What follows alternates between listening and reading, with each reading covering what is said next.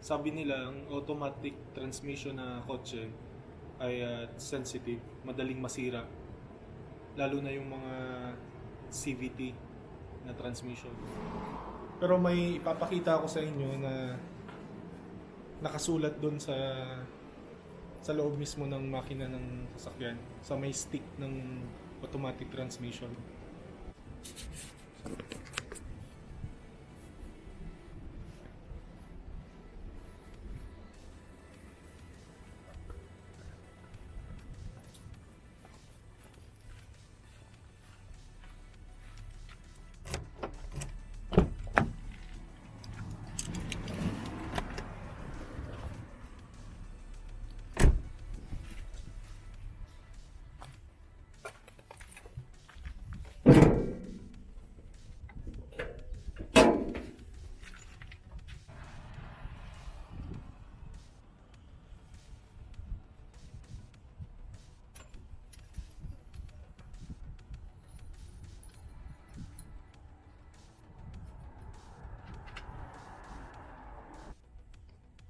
Nakasulat dito, Toyota Pure Type T4. Yan, may nakasulat na notice. No need to replace ATF under normal driving condition. See owner's manual when replacing.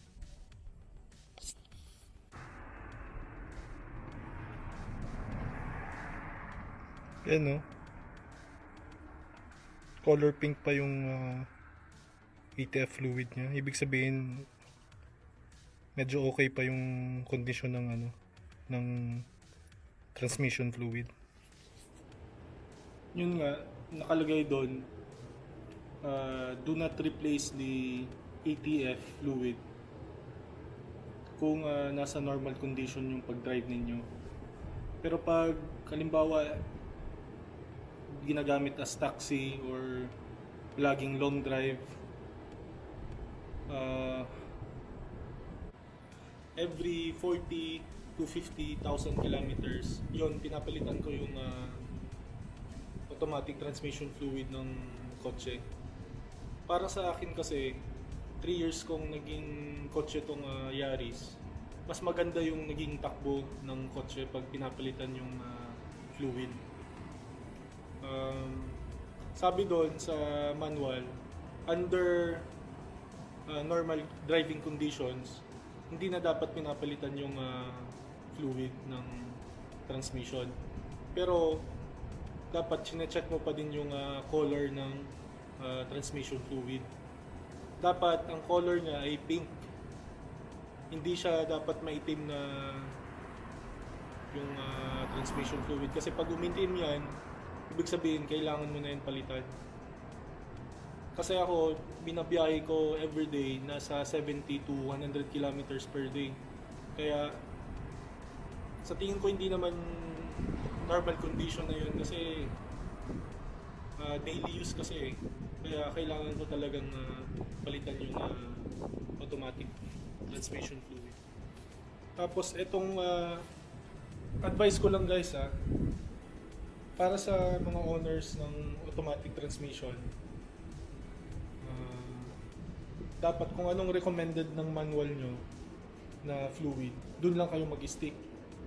Kung original Toyota T4 na sinasabi nila, para lang yun sa 4-speed automatic na transmission, dun lang kayo mag-stick na fluid. Huwag kayo gagamit na ibang brand ng fluid, kasi ako noon, yung first na pagpalit ko ng fluid ng kotse, ibang brand yung ginamit ng shop, yung auto shop. Kaya medyo umiba yung pag-shift ng kotse.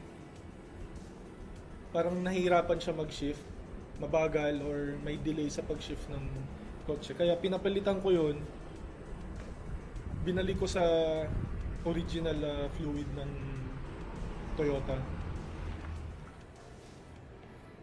Kaya guys, kung gusto nyo maalagaan yung automatic transmission nyo, advice ko lang, palitan nyo na lang every 40 to 50,000 kilometers yung transmission fluid.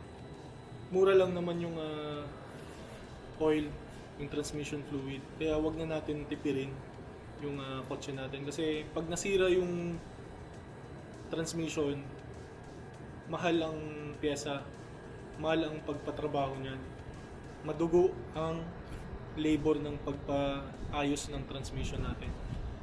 By next week, ngayon nasa 25 to 30,000 kilometer na yung tinakbo ng transmission fluid ko. By next week, papalitan ko yon at gagawa ko ng video about doon sa pagpalit ng fluid. Kung hindi pa kayo naka-subscribe sa channel ko, click nyo lang yung subscribe button sa baba, mag-like, mag-comment, para updated kayo sa mga susunod na video ko. Salamat.